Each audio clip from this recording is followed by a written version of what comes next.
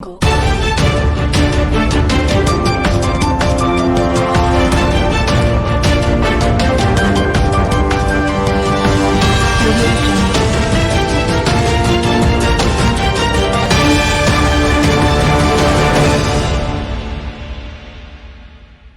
on to the News Hour on Biscontv.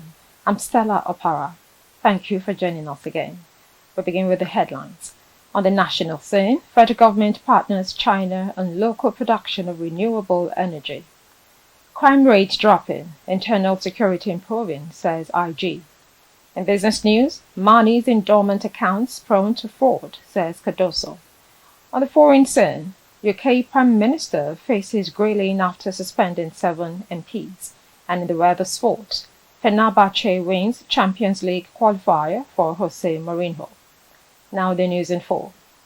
The federal government said it is set to localize the production of renewable technologies through partnership with China-based Sinoma International Engineering Company. This formed the crux of discussions between Nigeria's Special Presidential Envoy on Climate Action, Ajuri Ngelale, and the executive management of Sinoma International Engineering Company at its Beijing headquarters. In a brief made available to State House correspondents, Ngelale said the discussions harped on the importance of localized production to reduce reliance on imports and promote economic growth. The meeting, attended by Sinoma's board chairman, Mr. Yin Junsong, and president, Mr. Zhu Bing, covered various areas of mutual interest, including decarbonization of mining practices, ecological support and restoration. Ngelale hailed Sinoma's expertise in decarbonization of mining practices, ecological support and restoration, as well as automation of manufacturing processes for carbon capture, utilization and storage, wind blades and other technologies. Now, the Inspector General of Police, Kayode Egbetokun, said there was a decline in crime rates across the country in the past few months due to the strategies deployed by the police. Specifically, he noted that major crimes dropped to 416 in the last 1 month, compared to 734 in May and 530 in June.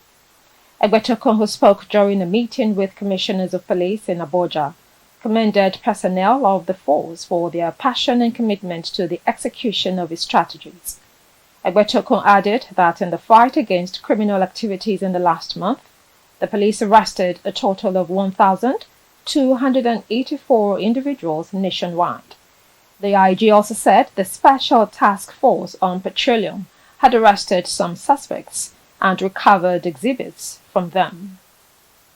In another development, the federal government, through the Federal Ministry of Education, has announced a slash in allowances of foreign scholars who are currently stranded in Russia, Morocco, and Algeria, among others, by 12.7%.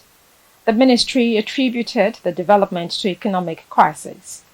Newsmen had earlier reported that Nigerian students studying in Russia, Morocco, Algeria, China, Hungary, and other countries on the federal government scholarship lamented their unpaid stipends for 8 months running. The students are studying under the federal government's Bilateral Educational Agreement Scholarship, BEA. The BEA scholarship is for the purpose of education exchange between Nigeria and the partnering countries. The Federal Scholarship Board is supervising the scholarship under the Federal Ministry of Education. The government's decision to slash the scholars' allowances is contained in a memo signed by the Director of the Federal Scholarship Board, Ndajuo H.A., on behalf of the Minister of Education, Professor Tahir Maman. According to the memo, the monthly allowances were slashed from $500 to $220, the graduation allowance from $2,500 to $2,000, and the PG research allowance was slashed from $1,000 to $500, among others. You're watching Biscontv News. The news continues shortly.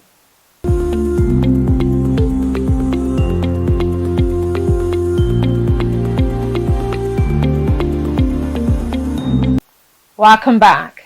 Now to business news. The governor of the Central Bank of Nigeria, Olayemi Cardoso, has said that monies in dormant accounts in banks are susceptible to fraud. He said this at the end of the 296th meeting of the Monetary Policy Committee in Abuja, where he announced a further hike in the benchmark interest rate to 26.75%. The CBN recently directed financial institutions under its watch to transfer funds in dormant accounts, unclaimed balances, and other financial assets to its custody for safekeeping.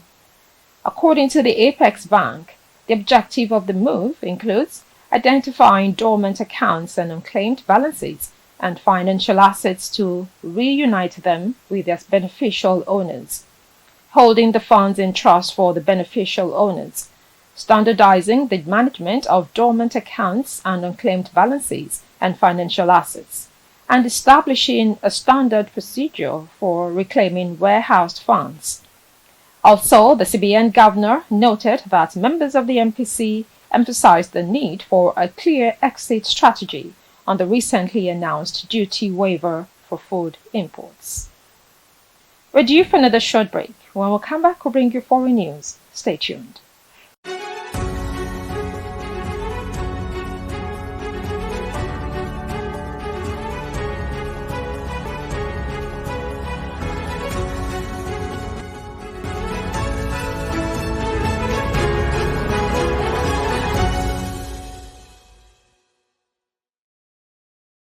Welcome back to Biscontv News. Now to foreign news. The United Kingdom Prime Minister Keir Starmer faces his first House of Commons grilling on Wednesday after suspending 7 of his own Labour MPs for rebelling over a controversial welfare policy. Starmer suspended the Labour rebels late Tuesday after they backed a motion demanding the removal of the contentious 2-child limit on benefits introduced by the previous Conservative government. Their votes supporting ending the CAP, introduced in 2015 and which restricts payments to the first 2 children born to most families, is an early test of Starmer's authority. The new UK leader has warned there is no silver bullet to ending child poverty, but acknowledged the passion of MPs who oppose maintaining the policy. Starmer's decision to suspend the whip from the group of left-wingers, which included former finance spokesman John McDonnell, was seen as a show of ruthlessness from his new administration. The Labour leader took power just weeks after his party, in opposition for 14 years from 2010, won a landslide in the July 4 general election. The victory followed a 4-year struggle since he became party leader to shift Labour back to the political centre from the hard-left regime of former leader Jeremy Corbyn. We'll take another short break, and when we return, we'll bring you sports news. Stay tuned.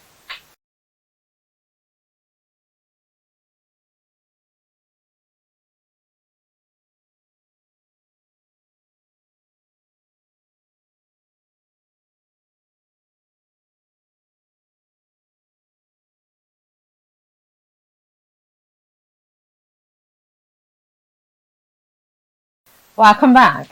Now to the world of sport. Fenerbahce beat Swiss side Lugano in Jose Mourinho's big win, first leg of the UEFA Champions League second qualifying round. Meanwhile, Dynamo Kiev beat Partizan, while Shamrock Rovers hopes of reaching the third qualifying round of this season's Champions League suffered a blow as they lost to AC Sparta Praha. Vlatko Bremasevic found the bottom right corner in the 37th minute to send the home side into half-time 1-0 down. The Rovers kept fighting at Talat Stadium, but the visitors doubled their advantage through Thomas Wessner with 26 minutes remaining.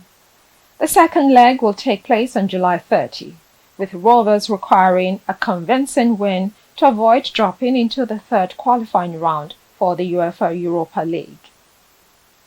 And that's the news for now on Biscontv, compiled and produced by Sarah Abiodun. Now the last line. When you are at the top, be careful of the monster called pride. Pride would make you look down on the people who haven't attained your level of success. I'm Stella Opara. Thank you for watching.